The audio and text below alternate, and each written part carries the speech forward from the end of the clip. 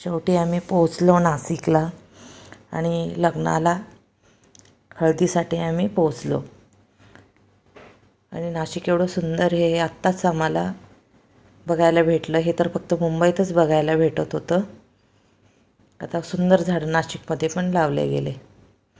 छान वाटतं नाशिक आता.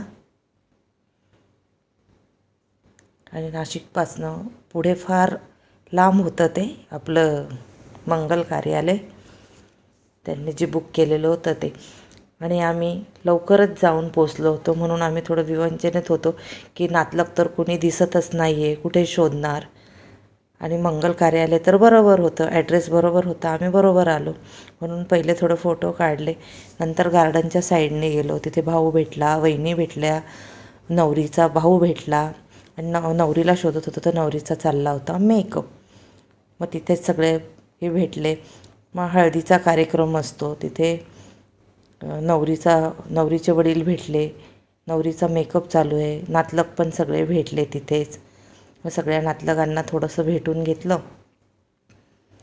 आणि मग पुढे सगळेजण बसलेलेच होते. इकडे हळदीचा सेट तयार झालेला होता.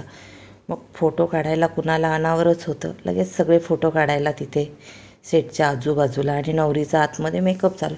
मग इथे नवरीची अंघोळ चालू आहे. मग आम्हाला पण जोडीने बोलवण्यात आलं. आम्ही पण तिच्या अंगावरती पाणी वगैरे टाकलं, अंघोळ घातली. आणि पुढे पुढे भाऊ पण आला, आमचे भाऊ वगैरे. मग नंतर नवरीची आई, नवरीचा भाऊ आणि यांनी सगळ्यांनी फोटो काढले. आम्ही पण नवरीबरोबर फोटो काढले सर्वांनी. आणि हळद नाचवायची पद्धत आहे तर मन्नू पण हळद घेऊन नाचते आहे. आणि हळद लावताना नवरी फार रडत होती, त्याच्यामुळे ते मुली हळद लावत होत्या आणि मामाने ती रडते म्हणून लगेच उचलून आतमध्ये नेली. म्हणून मग लगेच इथे जेवणाची तयारी झाली नवरी आतमध्ये गेली तर. कारण तो रडण्यासारखा क्षण असतो, तो रडायला येणारच. वहिनीने फार कष्ट केले आणि हे भाऊ थोडा आजारी असल्यामुळे वहिनीनेच सगळं लग्न वगैरे तिचं सगळं केलं. मग आम्ही जेवायला बसलो. नवरी आतमध्ये गेली तर काय करणार, मग जेवणच. नंतर परत थोडी नवरी शांत झाली. मग तिचे कपडे वगैरे ओले होते ते चेंज केले आणि नवरी नाचायला आली. कारण नवरीला पण तो मोह आवरला नाही. नवरीला जबरदस्ती सगळे बाहेर घेऊन आले थोडं चेंज म्हणून आणि ती पण नाचायला लागली.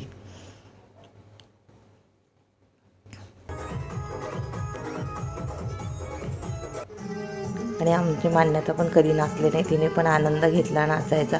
कारण तिला पण 10वीच्या पेपरचं टेन्शन होतं. तिची 10 दिवसावरच परीक्षा होती. पण तिला म्हटलं थोडं चेंज म्हणून चल लग्नाला. ही नाहीच म्हणत होती. पण तिला आजी पण नाचली, म्हणजे आत्यासुद्धा नाचली. आत्याची नाते वहिनी नाचल्या. इकडे सुनबाई नाचतात ते. इकडे सगळं म्हणजे सगळं नाती पंती सगळे नाचतात ते.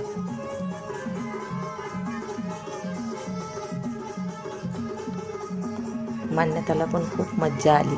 पहिल्यांदाच नाचती आहे ती. कारण आम्ही लांब गुजरातमध्ये राहत असल्यामुळे सगळेच कार्यक्रम अटेंड नाही करता येत, म्हणून तिला फारच मज्जा आली.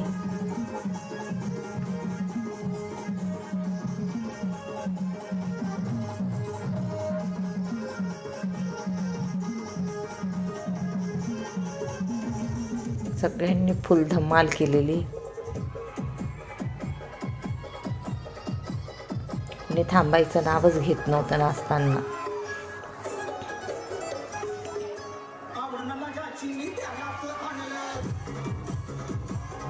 जसं गाण्यांचा जोश वाढायचा तसं नाचायचं. सगळ्यांचाच जोश वाढत होता गाण्यांवरती.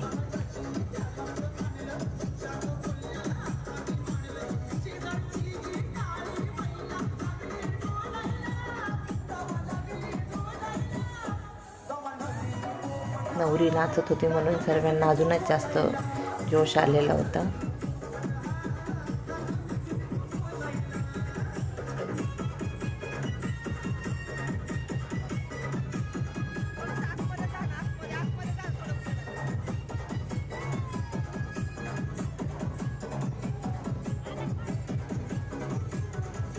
आणि मी सर्वांचे व्हिडिओ करत होती. सर्व नाचत होते आणि मी सर्वांचे व्हिडिओ करत होती.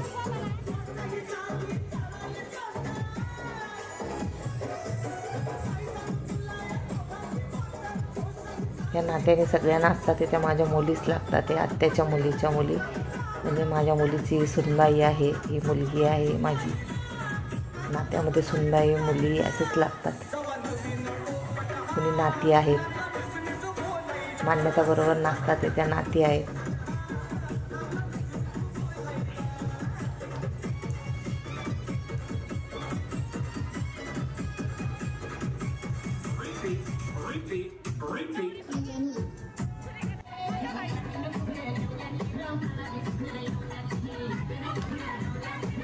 आणि मला पण नाचायला ओढलेलं. मला तर कधी मी नाचलेलीच नाही आहे ते कोण. मी फक्त वरती हात केला, पण सुनबाईने मला सोडलं नाही. हाताला पकडून पकडून सुनबाई नाचत होत्या माझ्याबरोबर. त्या सुनबाई पण माझ्या हात पकडून पकडून नाचता येतात.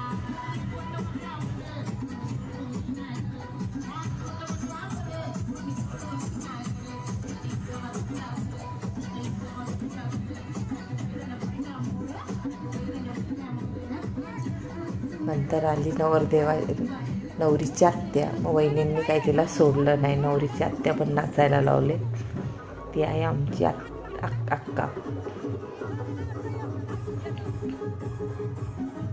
नवरीच्या आत्तूला पण जबरदस्ती नाचवलं.